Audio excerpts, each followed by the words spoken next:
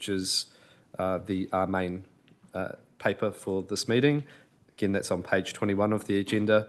Jenny, did you want to make any comments before we work through first off table 2 and then go through the other tables and items as well? I'd just say that through the conversations and the decisions you've made in the public excluded, we've managed to bring the rates increase down from the 13.4% down to 12.9% for 25-26. That's where we're at the moment. Okay. So what we'll do now is go through table 2. I am going to go through a kind of, unless there's things, we'll take it by exception. So, what I'll do first is do table 2, which is on page 26, and the first 7 items are all deferrals. I think they're pretty straightforward. Is there any questions on those first 7 items around those deferrals? No? Okay, so I'm happy to give those the tick. And then we have from 8 through to 12. Is there any questions on those? I was going to propose to recommend that we follow the officer's advice on each of them, but happy to see if there's questions. Councillor Parkin. Sorry, just jumping back to number 4. The way that we're currently phrasing this is that the demolition is still happening, but we're also engaging. I'm not confident that that's an appropriate way of phrasing it. Maybe we need to keep that money in the budget in case the buildings are demolished, but if we divest, then it's a different story. But I'm just thinking that the way that a member of the public might read this is that it's a done deal and we're actually ongoing with having those conversations. Andrew, did you want to comment on that? This is in regards to the Fraser Park buildings. I think it's just a matter of how we budget for it. We're budgeting for the current plan, and if it changes, then we'll change the budgets at that point. But I think we need to budget for what our current plan is. So if we were to take on your point, Councillor Parkin, if we were to say funding for 2 of the 3 park buildings to be demolished, so the funding is there for it, and maybe that just takes the sting out of that sentence if you were to read it by itself. Happy with that? Okay, so if we just make that edit in the papers. Okay. So going through 8 to 12, any questions, comments on those matters? Happy? Yep. Councillor Mitchell? Just noting there is no officer's recommendations for 9 and 10 at least. They are seeking direction from us. So in terms of 9 and 10, we haven't included any of those proposed changes in the budgets. We've kept the fees and charges as had been recommended through the review process. So the officer recommendation is basically a status quo, not to make any further amendments. Yeah, apologies. My view was to keep that at status quo, not to touch those. I think taking on Councillor Shaw's points from earlier as well. Okay. So we'll give those 8 through to 12 a tick. Now we'll move through to, we've got obviously recommendations 3 to 6 in the paper, noting recommendations, and then we'll move through to recommendation 7, which is the 13.4% rates increase. Obviously, with the information and the work done just before, that drops down to 12.9. Any other comments, Jenny? Yeah, I can further reduce. We can reduce it further off the back of those 2 new fees in 11 and 12. So the parks new fees, that would bring us down to 12.8. Yeah. 12.8. Okay. We'll give you another 5 minutes. Can you bring it down another 0.1? Okay. Councillor Mitchell. Yeah, just a question, Jenny. Some of the decisions we discussed in our closed part of our meeting were enduring decisions. So will there be that impact the future years' rates as well? Yeah, we haven't worked through exactly what that looks like. So at this point, we just have done the calculations for 25-26. So, and I think the other future years, a lot of it is pretty minor.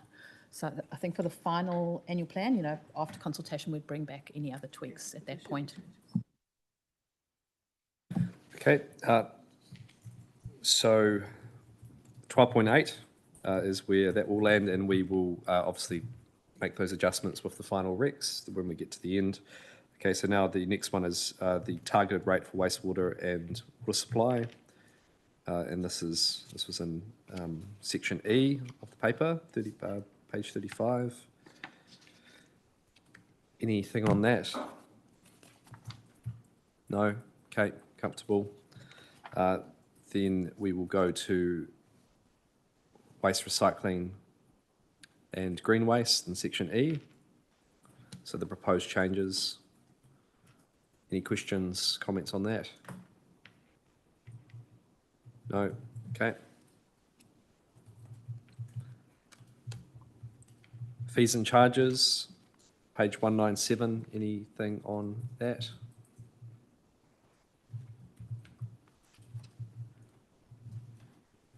No? Okay. Page 40 of the agenda, the draft engagement document. Any, Councillor Mitchell? Yeah, just one piece of feedback,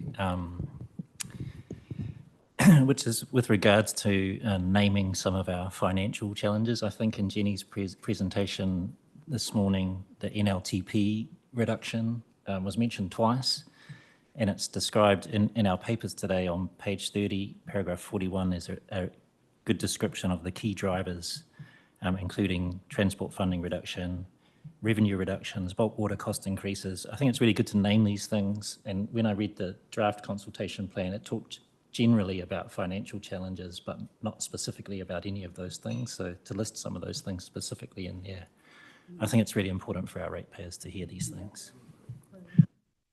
Yeah, I think, has anyone read the Post article from today, which just sort of described our meeting? I think they picked up basically our paper and went through each item of what was driving some of those costs.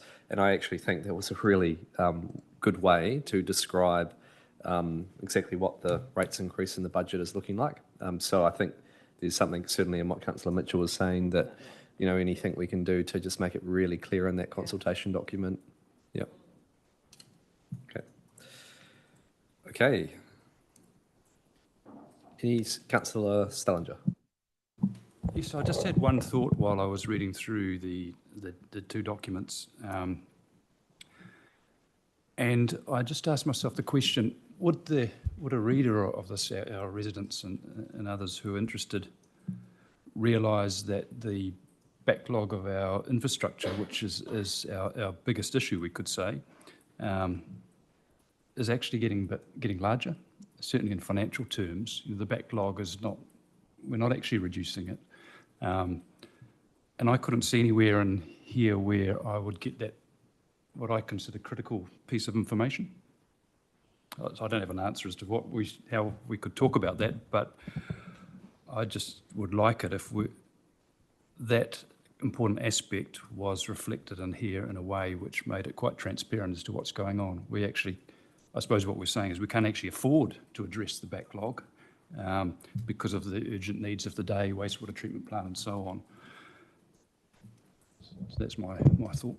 I think we can take that away. I think it's a fair point. It's going to be really important that with the new setup of this entity, I suppose that there's only so much you can do and what we can fund in our current constraints, and I suppose that's maybe telling that story as well. And there will be a consultation on that, but yeah. Mr. Mayor, through you, of course, we will take that away. That was a story you told in the LTP, you recall, when you simply could not choose to go with the unconstrained advice of Wellington Water because it was utterly unaffordable. So you've gone for this middle ground, knowing that it makes it better than it was, but it doesn't stop what it needs to in terms of degradation, which is why you need water reform. So we'll take that away. And of course, as Richard indicated, we will also be doing the water reform consultation in March and April, but we'll definitely take that away. And it will also figure in my pre-election report. Yeah. Cool. That's good feedback. Thank you. Any other feedback? No? Okay. Moving through, we're comfortable with delegations to the annual plan working group as we have in previous years for minor changes or any direction. Okay, happy with that. The engagement period, which is on page 22. Happy. And is there any further direction or guidance that members would like to offer at this point in time? Councillor Stallinger? Might be the best time for me just to make a comment about my views of where we're at and how I'll be intending to vote, if that's appropriate, Mr Mayor. Yep, we can do that now, or if you would prefer to wait for the recommendations Either at way. the end. I think what we'll do, because what we were going to do next is just adjourn for a moment to get all those recommendations ready, and then we can do it in debate. Sound good? Okay. Okay, so we'll just take, how long do you need, Kate? Okay, 2 minutes? Great, thanks.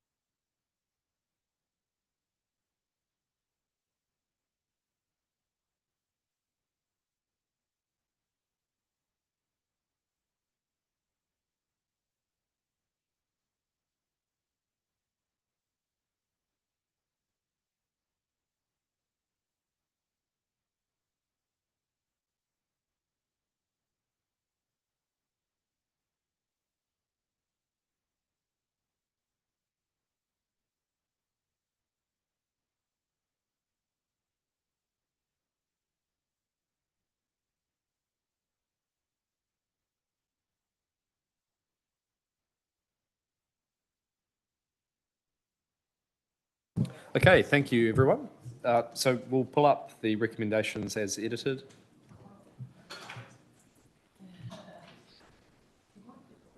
Okay, so first one's a noting recommendation, then we just change it to agree to the budget matters as detailed in table 2. It's all straightforward. Noting, none of these have changed. So item 7 and item 8 basically is to be clear on the decision that was reached on those two matters that do need to be public. And obviously we'll have to incorporate that into some pretty clear communications with as we advance them, and obviously with anyone involved in the Petone 2040 work. And item 9 is a broader recommendation, just outlining obviously our decisions around that matter.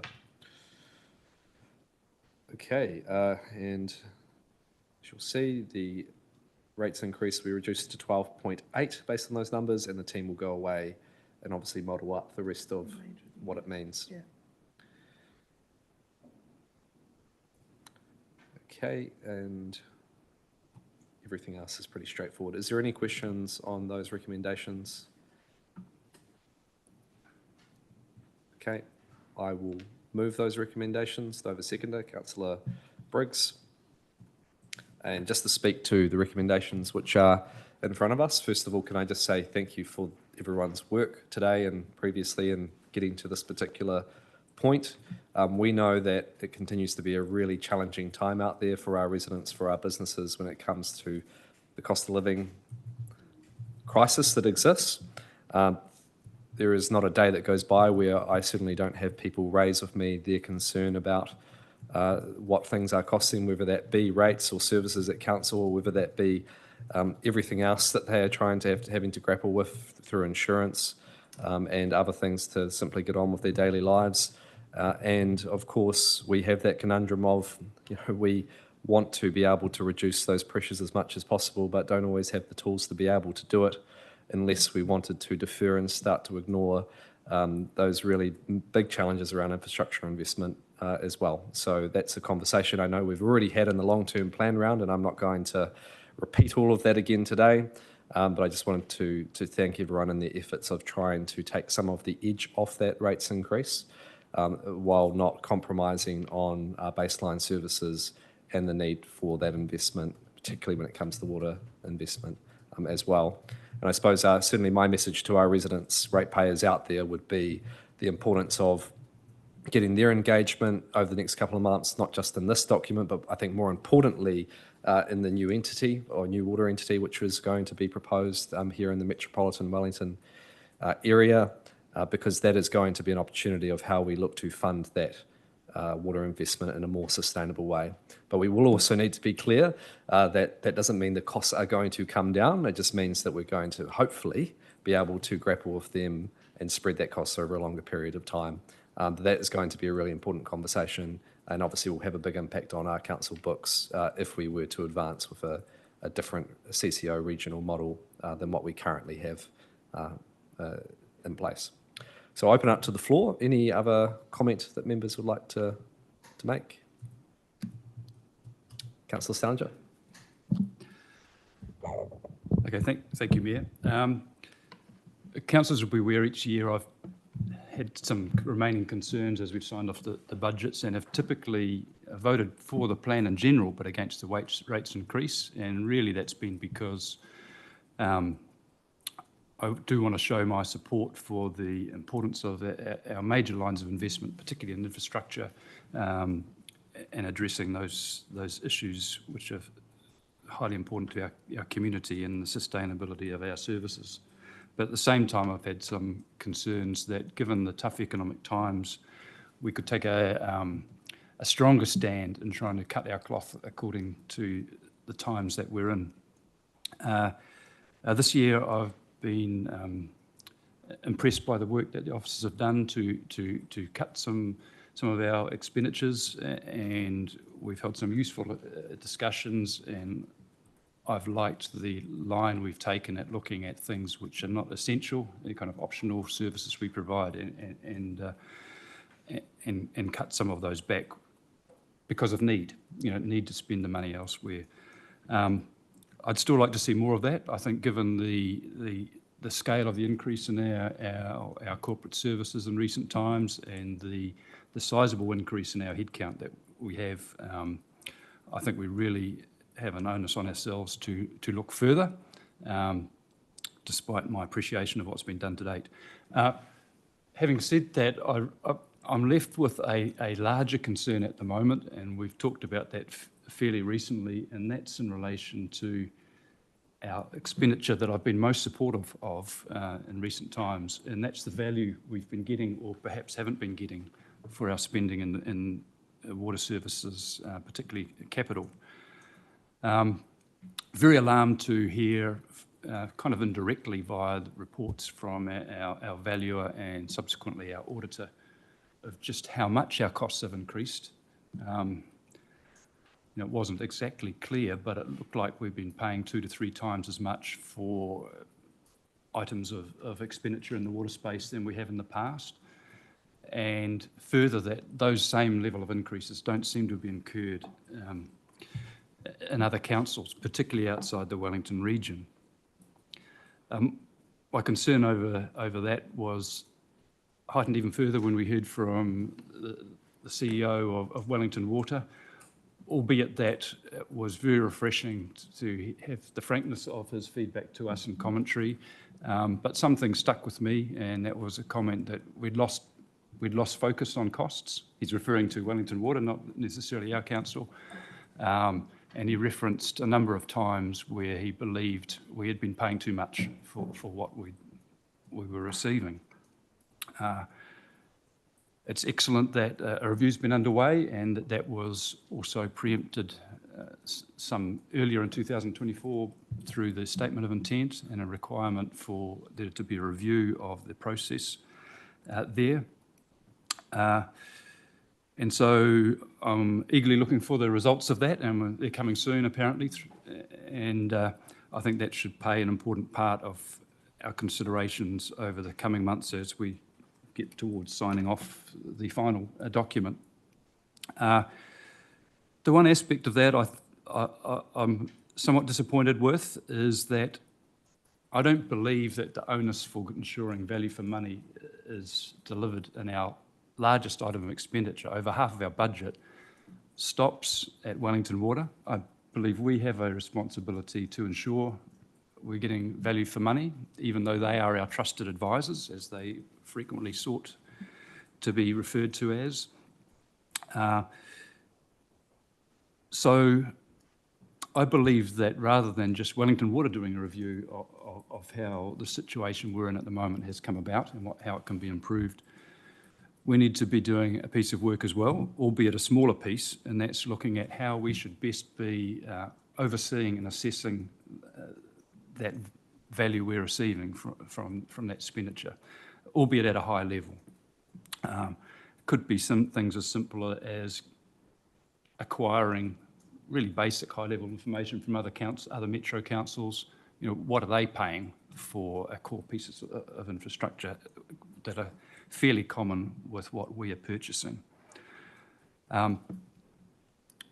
So that's really a summary of my concerns. I find it hard to support a plan where I have so much uncertainty as to the value we're getting for the bulk of our expenditure. I realise we're just at the draft stage. But I think, again, the best place for me just to express that lack of confidence in that area I've just mentioned is just by supporting the work as we've done through the various recommendations, but expressing my vote against the level of rates increase. That may change come the final if we get good answers and see good progress with the water matters I've referred to. But for now, that's what I intend to do. So I appreciate if you could take that segment of the recommendation separately. Thanks.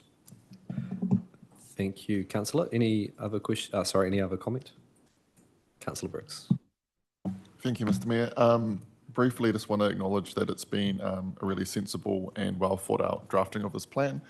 Want to thank all our colleagues as well for participating and raising divergent thought, but also being willing to listen and challenge I think that, in this time, money is always tight for everyone in our city, but it's definitely being felt by this council as well.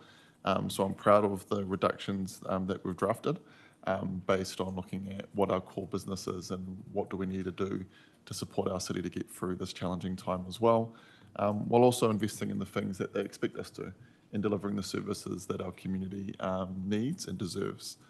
So happy to support the plan as drafted and looking forward to the engagement period over March and April. Okay, Councillor Tupou. Your Worship, I think we've had a very promising start. It's responsible governance and leadership.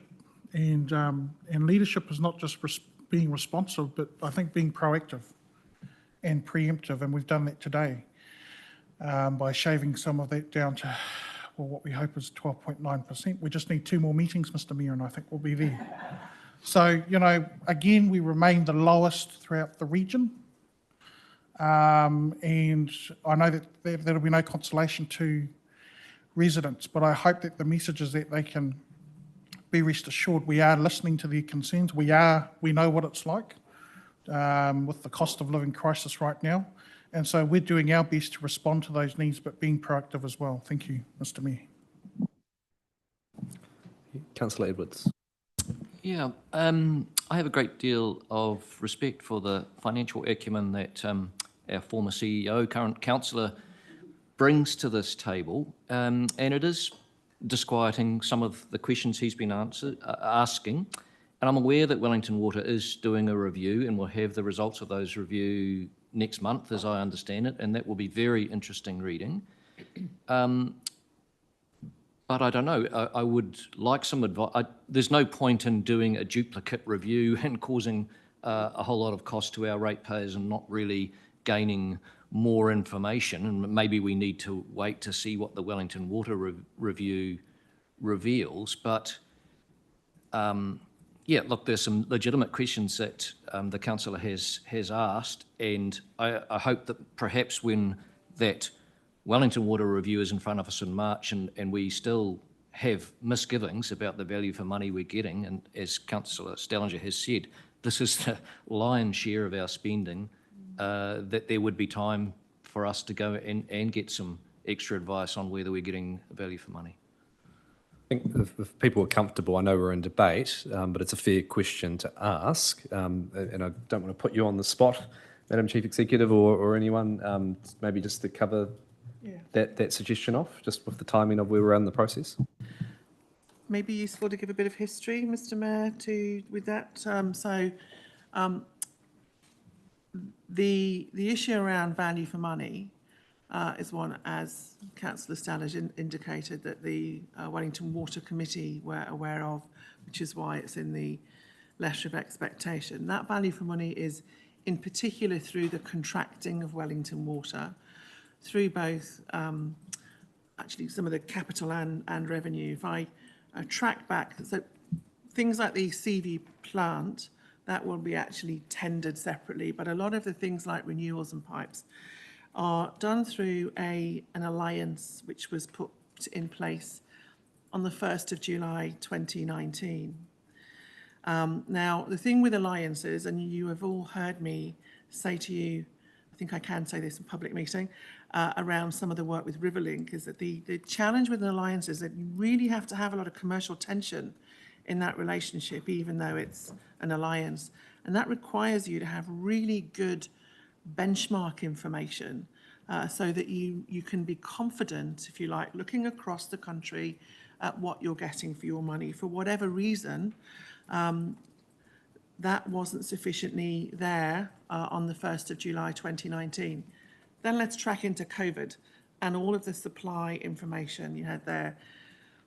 The Wellington Water Committee were clear in their letter of expectation that they wanted a particular work around value for money benchmarking, hence the work that you are going to see come forward. And I think that will, I don't think it's going to be pretty, but I think it will show us what we need.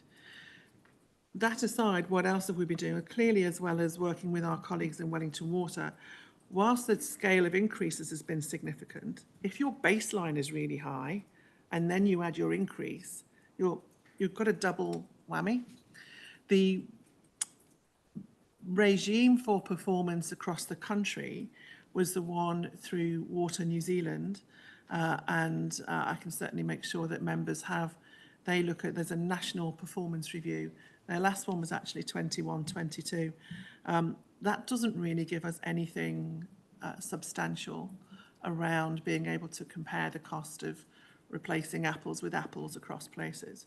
What did do that, and it was work that we have supported, is the work that the OAG did this year in the audit, which kind of said, look, we're looking across the country, we're looking at different levels of replacement, and actually you are in this region beyond the highest indicators in a number of areas. So all of that has fed into the benchmark information. Quite separately, with my Taituara hat on, we have submitted to government and worked with the Commerce Commission and Te Mata Arawai a list of the things that we think should be benchmarked across the whole country so that that assurance around value for money is there for governors, for councils, for the people who lead operations and for the public who are getting that. So a number of things really. I think that the reports that come forward from Wellington Water will show exactly where the gaps are and they're exposed, and we can deal with that. The big capital projects I think will be subject to commercial tension because they will be suitably tendered and out there.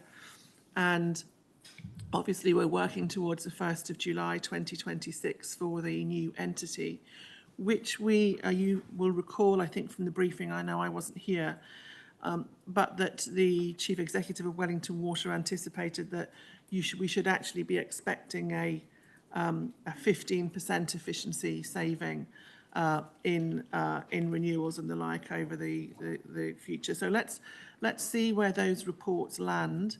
What we can't change is the past. We can't change that benchmarking information wasn't there in 2019, that commercial tension wasn't there. But members will know from Riverlink, I've expressed my concern there around lack of commercial tension in some of those arrangements. And I think the move away from a pure alliance is helping with that. So it's absolutely right that we should spend public money and be very clear about the value we get for it. And the Water Committee's had to focus on that. The OAG has helped. The new performance regime will help from the Commerce Commission and Te Mata Arawai. And I suspect that with the then very specific information that you get in the next month, you should be able to satisfy yourself that what is being done can be done, with then a view to, obviously, subject to consultation and what decisions you make, making sure that we get the benefits of agglomeration and working at scale for water in the future. Apologies for the length of that, Mr. Mayor, but I thought that might be useful to set it out in that way.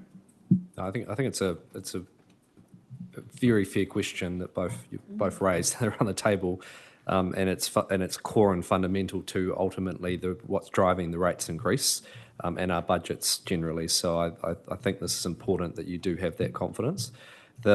What I maybe just as a suggestion would say, once those reports are landed and once we understand what Wellington Water are doing, it would probably be quite helpful for whether it's a committee or this committee for some form of report to come back, and if there are any tweaks or changes or things that we could do to help implement that, then I think that would be well received.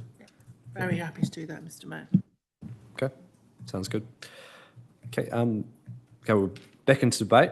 Any other comments members would like to make? Councillor Shaw.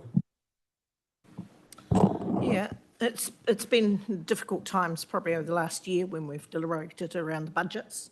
And today we started at a 13.9% rate increase and landed on 12.9, following some pretty significant soul searching and redefining the budgets. And for that, really appreciate the work of our officers and our councillor colleagues in coming to this. There've been a lot of must-haves we can't avoid, and we've addressed that, I think, through our deliberations. But I really appreciate the small stuff. that we've been able to keep a lid on things like the Learn to Swim and Community Hub hire fees by keeping this increase at just the 2.2% inflation rate. Times are tough for families, so thank you for keeping the community in mind. Okay. Any other comments? Oh, sorry, Councillor Barrett. Thank you, Mr. Mayor. This has been a really great morning in that we've had to make the start. There's some really hard decisions, I think, that is actually going to affect people in here and the operations team. It's going to impact on their lives as well. What has been equally great for me is the ability for each of us to respect the individual opinions of everyone around this table, because it's not easy. And, you know, each of us are going to be met with questions and answers and stabs in the back or in the front or whatever else, and we just have to take them as they come. You know, and I reflected this morning, it is, you know, the officers bring us the information that they have, and they bring it to us in the nicest possible form they can, because we don't know all the stuff that is going on in the background, and they have to sort of disseminate that and bring it down to an ability that we can understand, we can make decisions on, but there's obviously so much more than that.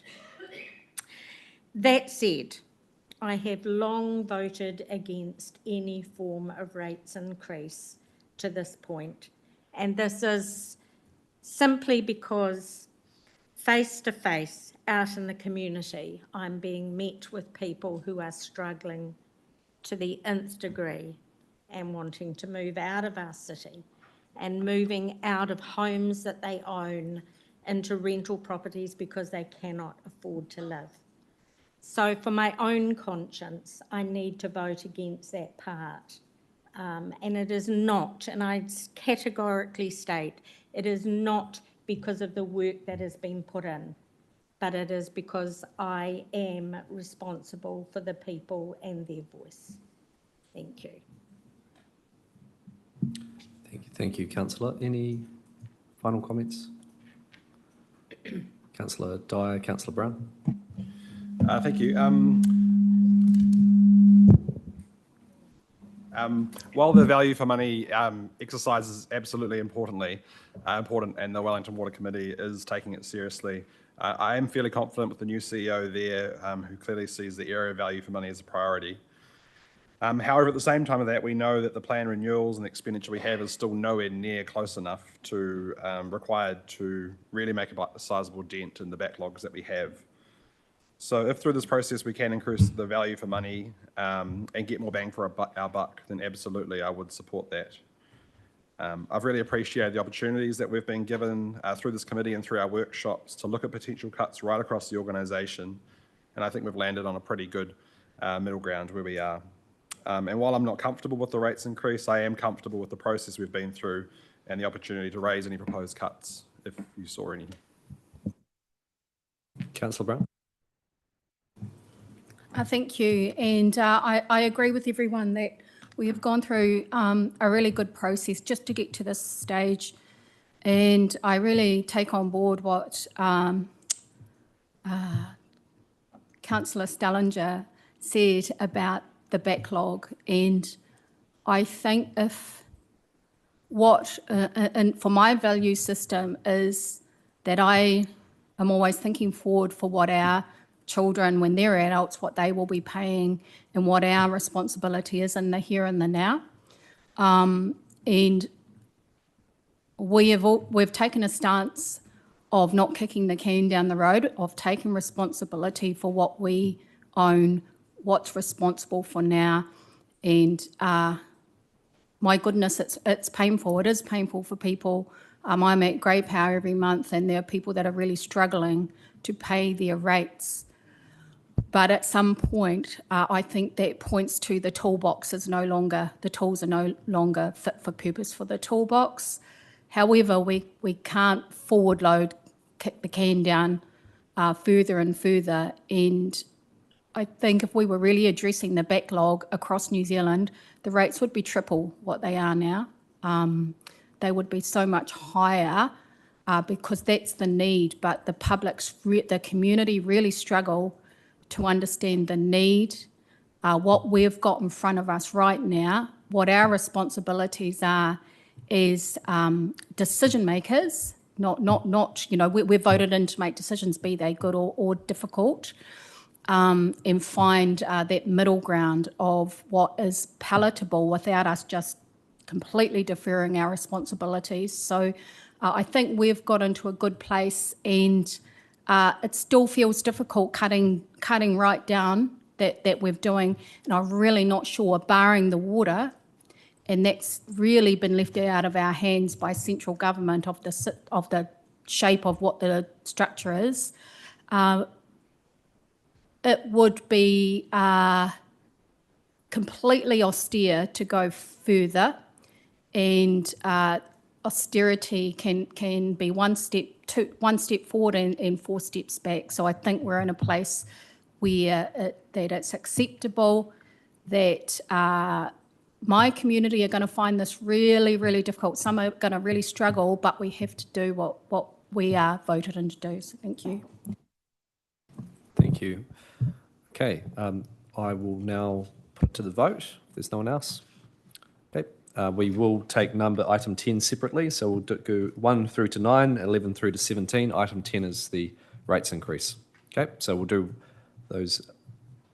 With the exception of 10, we'll do all the others. So all those in favour say aye. Those against no. Declare that carried unanimously. And item 10, all those in favour say aye. Those against no.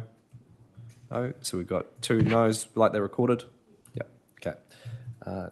Declare that carried. Okay. Moving through now, I believe. Just want to make sure that we've got everything. Yep. Questions? I've received no questions, so we'll go to our closing karakia. Well, actually, we're going straight into council, so we're not going to do the closing karakia.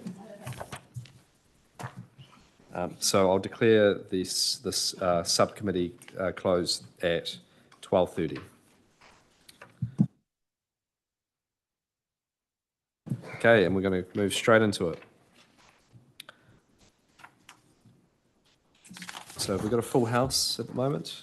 Yes, great. So we'll just remove, again, Councillor Shaw's apology, which was on this paper as well. And no public comment. Conflict of interest declarations. And we'll move through to item 5, which is recommendations, which we've just passed in the long-term plan, annual plan subcommittee. So I'll move the motion that council adopts the recommendations made on the following reports, and that is A, the draft annual plan update, and B, draft annual plan rating policy decisions. Now, I'm just going to check.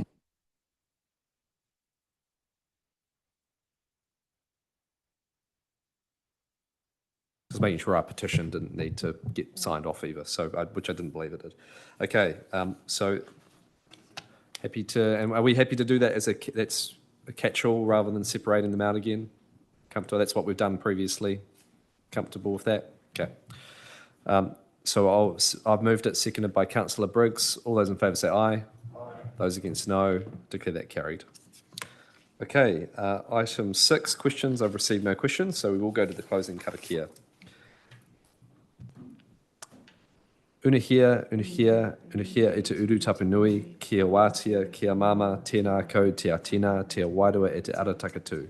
Koia re rongo whakeeri aki kia runga, kia wātia, ara kua wātia, hai pamaria. Declare our meeting closed at 12:32.